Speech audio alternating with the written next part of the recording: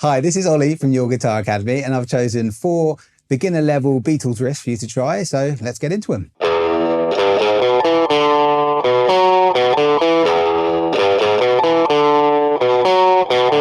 So this is how you play the riff from Day Tripper by the Beatles. So we're all kind of around this E minor pentatonic, but with a little added major third in there. So what we're doing is open E string, and then 3rd fret on the E string, and then 4th fret on the E string.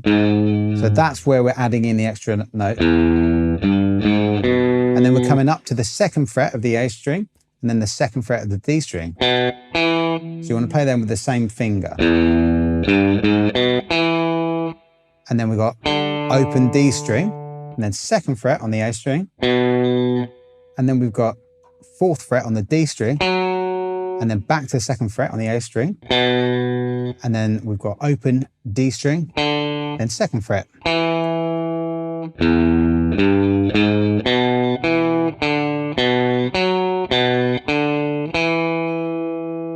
And that's it really. I would try to downstroke every note. If you do that mini bar across the 2nd fret, that's going to make this part a lot easier. And that's how you play Day Tripper.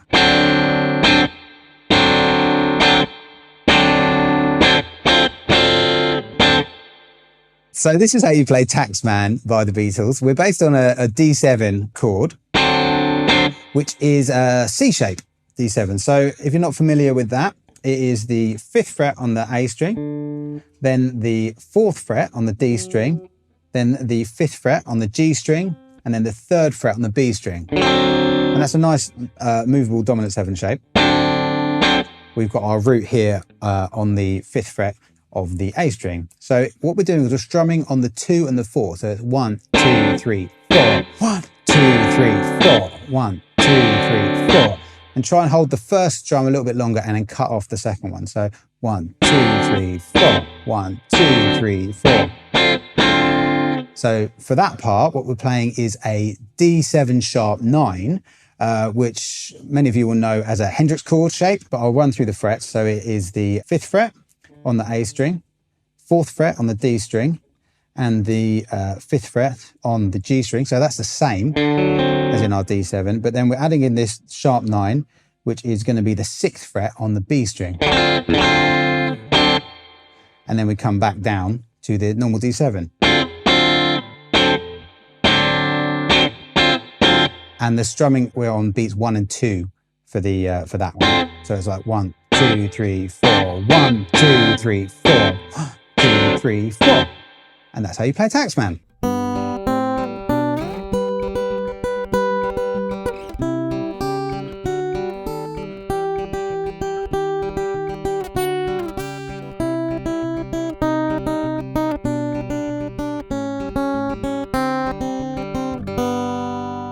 So this is how we play Blackbird. So it's all based around a G, and we've got this picking pattern, which is going to use our thumb, index finger and middle finger, and there's often an open G string in there as well. So we'll start off with the first chord of it, which is a G, and we play that with a low G, which is 3rd fret on the E string, open B string, open G string, and then we come up to an A minor.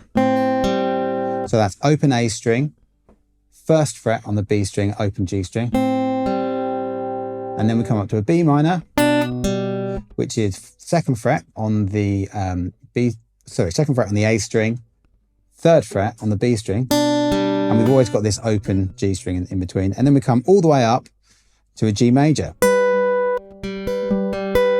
which is 10th fret on the A string and 12th fret on the B string, and we've got this picking pattern. It kind of kicks in here. So the way that goes is we do the outside notes of it, so the 10th fret and the 12th fret with our thumb and middle finger, and then pick the open G string. We do our index finger and then follow that with the middle finger picking the B string. So you've got this. And then after that, it's thumb, index finger, middle finger. So it's A string, G string, B string. So all together it goes 1, 2, 3, 4, 1 and 2 and 3 and 4 and. Throughout this song, we're following this idea of just playing the outside of chords. So that's our first bit. And then we've got this ascending part. Again, it's following basically the outside of the bar chord shapes. So we start with the C. We've got 3rd fret on the A string, 5th fret on the B string. And then we come up to this chord, which is a nice chromatic run up. It's the 4th fret on the A string and the 3rd fret on the E string. So our high note now jumped up to the E string. And that's kind of outlining an A7 chord, which then pulls really nicely to the next chord, which is a D major. So that's the 5th fret on the A string, 7th fret on the B string. And then we do the same thing again with this chromatic thing, which is now going to be the 6th fret on the A string and the 5th fret on the E string, which gives us a B7 kind of sound, which pulls really nicely to an E minor, which we play with the 9th fret, sorry, the 7th fret on the A string and the 8th fret on the B string. And then we drop down to an E flat major, which is going to be 6th fret on the A string and still on the 8th fret on the B string. And then we run back down the part we just did, which is the D to the A7 to the C. And then from the C, we drop to a C minor. So we keep our root note in the same place, which is 3rd fret on the A string.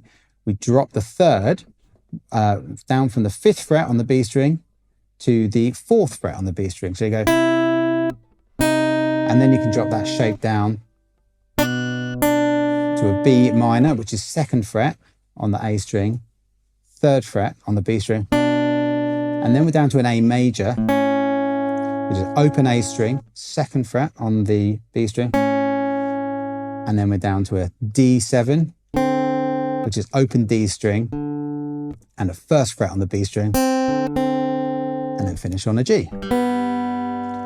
Okay, and I think the best way to learn this is just to learn these shapes as individual chord boxes that you then put together and then put in the picking pattern. I'll put those shapes in the write-up as well.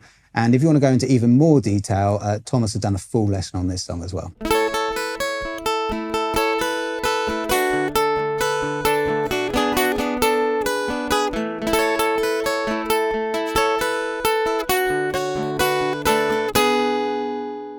So this is how to play Here Comes the Sun by the Beatles. The first thing to say is we've got a capo on the 7th fret. And we're just based around 3 chords, which is D, G, and A7.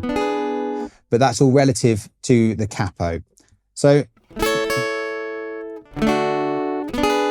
and then we've got this melody over the top.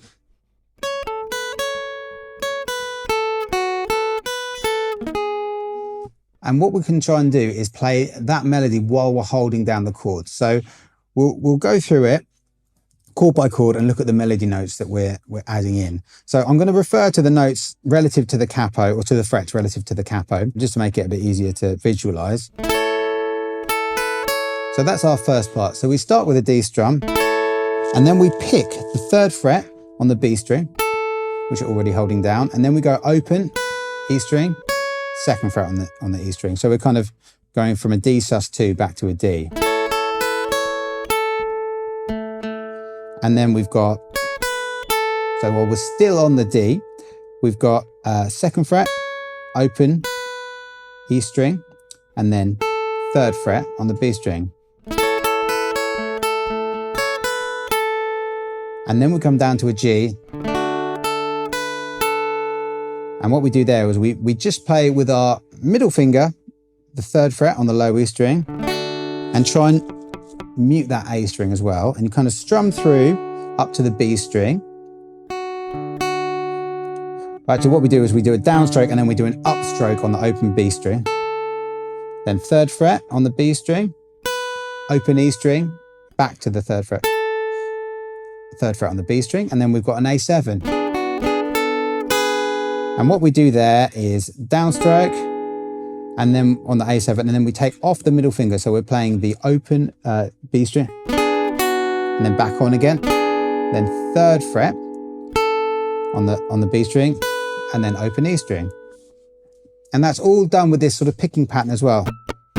Down, up, down, up.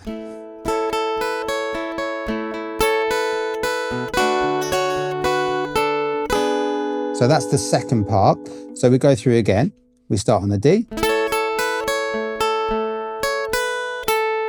And that's the same as the first time around. And then on the G, now we start on the second fret of the high E string.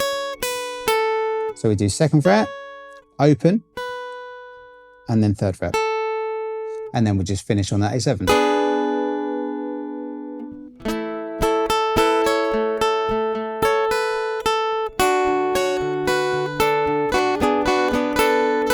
So on the picking of that, it's a very strict down up, and you'll find a lot of the melody notes are coming in on the upstroke. So you have to keep that going so that you can get those melody notes in the right place.